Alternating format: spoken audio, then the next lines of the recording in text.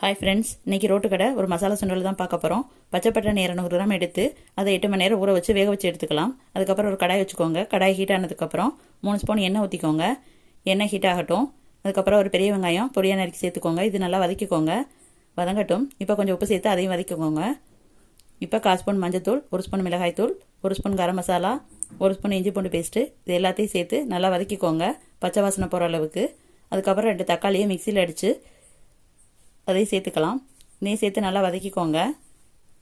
எல்லாமே பச்சை வாசனை போகிற அளவுக்கு வதக்கிட்டு இப்போ ஒரு மூடி போட்டு மூடி வச்சுக்கோங்க. 2 நிமிஷம் கழித்து ஓப்பன் பண்ணி பார்த்துக்கலாம்.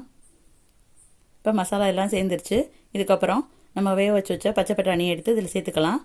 சேர்த்துட்டு எல்லா மசாலாவும் சேர்கிற மாதிரி நல்லா கலந்து விட்டுக்கோங்க. கலந்துட்டு இது மேலே பொடியாக பெரிய வெங்காயம் ஒன்று நறுக்கி வச்சு சேர்த்துக்கோங்க. அதுக்கப்புறம் கொஞ்சம் கேரட் நறுக்கி சேர்த்துக்கோங்க, துருவி வச்சு. ரெடி ஆயிடுச்சு நம்ம ரோட்டு கடை மசாலா சுண்டல். நீங்களும் இது போல் செஞ்சு பாருங்கள்.